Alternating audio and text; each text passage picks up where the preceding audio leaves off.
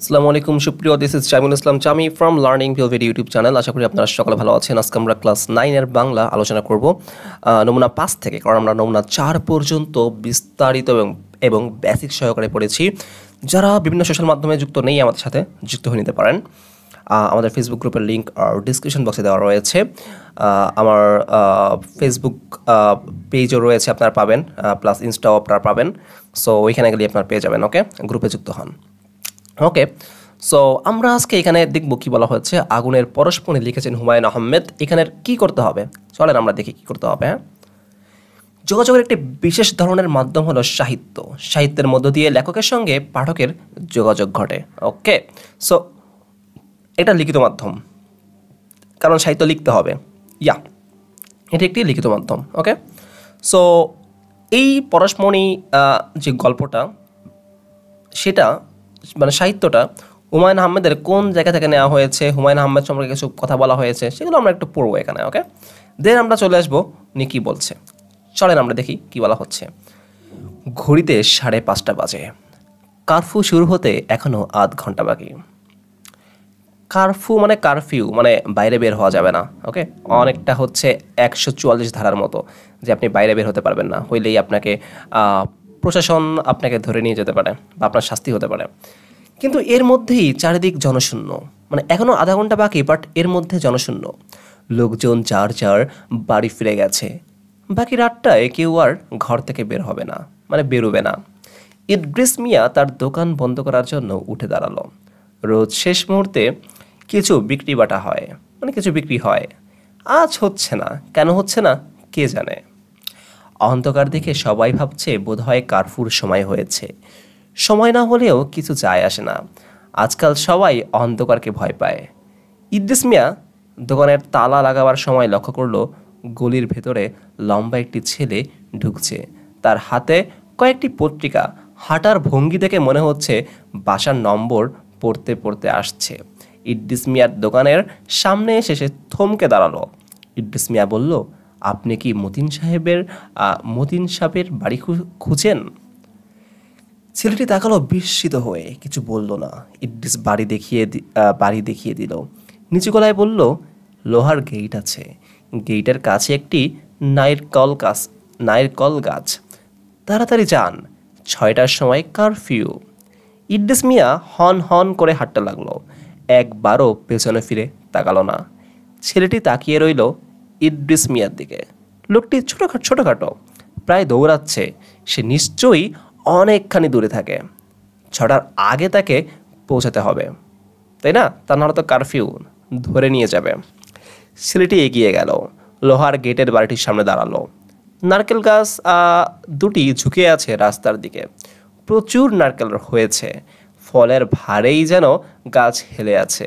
দেখতে বড় ভালো লাগে। ছেলেটি গেটে টোকা দিয়ে ভারী গলায় ডাকলো, মতিনুদ্দিন সাহেব। বয়সের তুলনায় তার গলা ভারী। ছেলেটির নাম বদিউল আলম।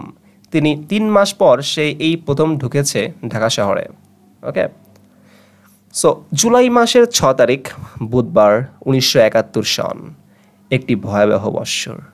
পাকিস্তানি সেনাবাহিনীর কঠিন মুঠির ভেতরে একটি অসহায় শহর। শহরের অসহায় মানুষ, চারিদিকে সীমাহীন অন্ধকার, সীমাহীন ক্লান্তি, দীর্ঘ দিবস এবং দীর্ঘ রজনী। বদিউল আলম গেট ধরে দাঁড়িয়ে আছে। সে শহরে ঢুকেছে 7 জনের একটি ছোট্ট দল নিয়ে। শহরে গেরিলা অপারেশন চালানোর দায়িত্ব তার। ছেলেটির রোগা, চশমায় ঢাকা বড় বড় চোখ, গায়ে হালকা নীল রঙের হাওয়াই শার্ট। সে একটি রুমাল বের করে কপাল মুছে দ্বিতীয়বার ডাকলো, মতিন সাহেব, মতিন সাহেব। মতিন সাহেব দরজা খুলে বের হলেন। দীর্ঘ সময় অবাক হয়ে তাকিয়ে রইলেন ছেলেটির দিকে। এ তো নিতান্তই বাচ্চা ছেলে, এর কি আসার কথা? আমার নাম বদিউল আলম। এসো বাবা, ভেতরে আসো। সামান্য কথা বলতে গিয়ে মতিন সাহেবের গলা ধরে গেল, চোখ ভিজে উঠল। এ তো আনন্দ হচ্ছে। তিনি চাপা স্বরে বললেন, কেমন আছো তুমি? ভালো আছি। সঙ্গে জিনিসপত্র কিছু নেই? না। বলো কি?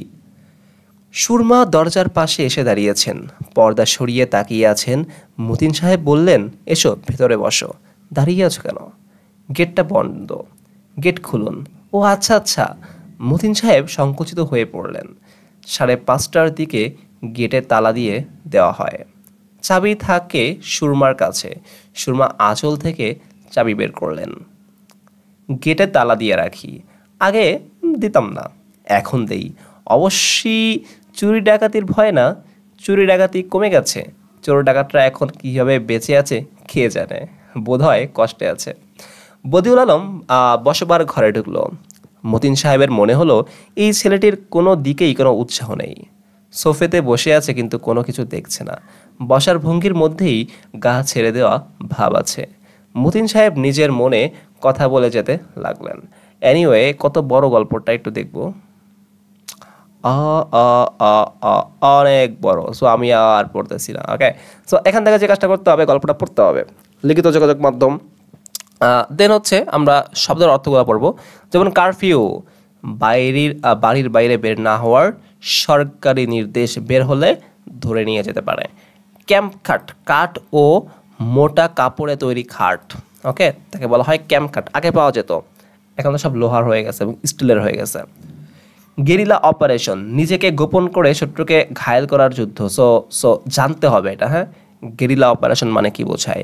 নিজেকে গোপন রাখবেন, মানে নিজেকে হচ্ছে আপনি প্রকাশ করবেন না, ফেস টু ফেস আসবেন না, বাট নিজেকে লুকায় রেখে শত্রুকে ঘায়েল করতে হবে। ঠিক আছে। ঝুম বৃষ্টি, ঝুম মানে প্রবল বৃষ্টি, তাই না? একটা গান আছে মেবি। এনিওয়ে, আমি আবার গান টান শুনি না। এনিওয়ে, ডায়লগ মানে হচ্ছে সংলাপ। বিক্রি বাটা মানে বেচা কেনা। হ্যাঁ, স্বাধীন বাংলা বেতার, মুক্তিযুদ্ধের সময় পরিচালিত বাংলাদেশের বেতার কেন্দ্রের নাম কি? স্বাধীন বাংলা বেতার কেন্দ্র। ওকে, সো সো এখানে কিছু বিষয়ে পড়তে হবে। তা হচ্ছে আগুনের পরস্পরই সাহিত্য নমুনার ভিত্তিতে এই প্রশ্নগুলোর উত্তর দিতে হইবে।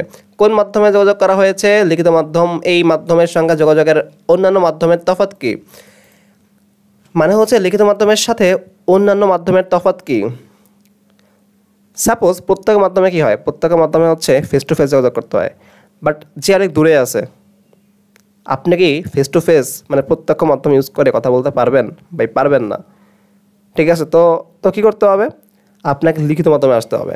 হ্যাঁ, একটা প্রশ্ন হতে পারে, তা হচ্ছে যান্ত্রিক মাধ্যমেও তো দূরের মানুষের সঙ্গে কথা বলা যায়, কিন্তু সমস্যা হচ্ছে আপনাকে ইন্টারনেট কানেকশন থাকতে হবে, অ্যাভেলেবল থাকতে হবে ইন্টারনেট এর ব্যবহারটা।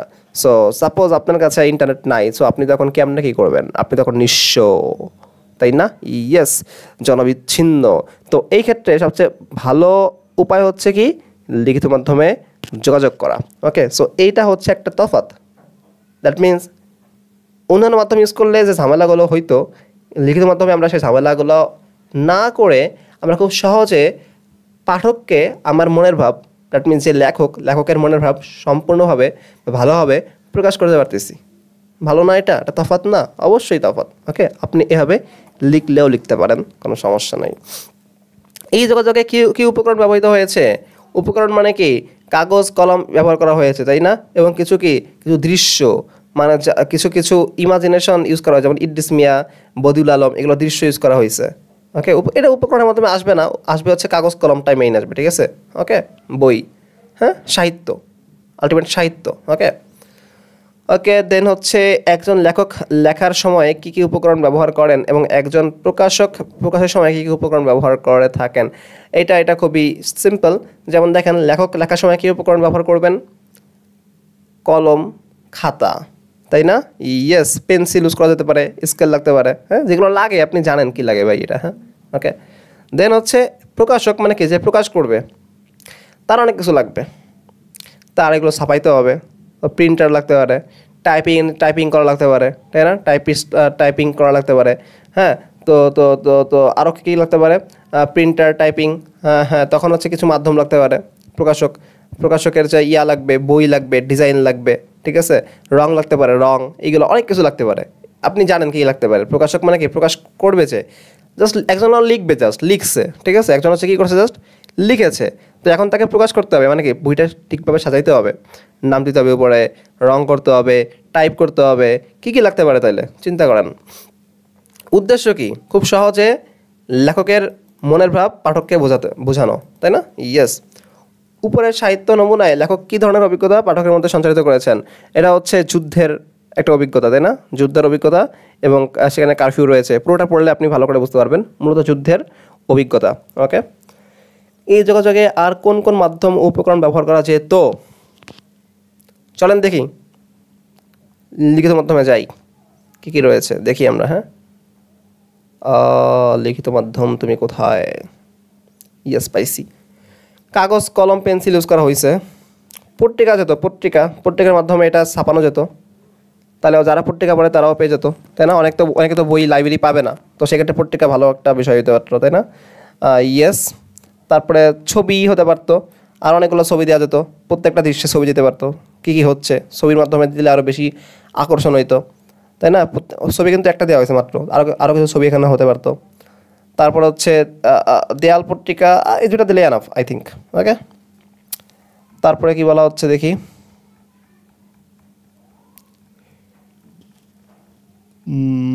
কোথায় ভাইয়া? ভিডিও মাধ্যমে উপস্থাপনের ক্ষেত্রে নতুন কী কী উপকরণের প্রয়োজন হবে? এটাকে ভিডিও মাধ্যমে উপস্থাপন করতে হবে। এইটাই তো হয়। আগে যে সাহিত্যগুলো ছিল ওইগুলোকে কী করা হয়? নাটক, সিনেমার মাধ্যমে প্রকাশ করা হয় না, মানে ভিডিওর মাধ্যমে প্রকাশ করা হয়। তো কী লাগবে? ভিডিও করতে হলে কী লাগবে? চলেন যাই, যান্ত্রিক মাধ্যম তো দেখে আসি আপনার কী লাগবে। হ্যাঁ,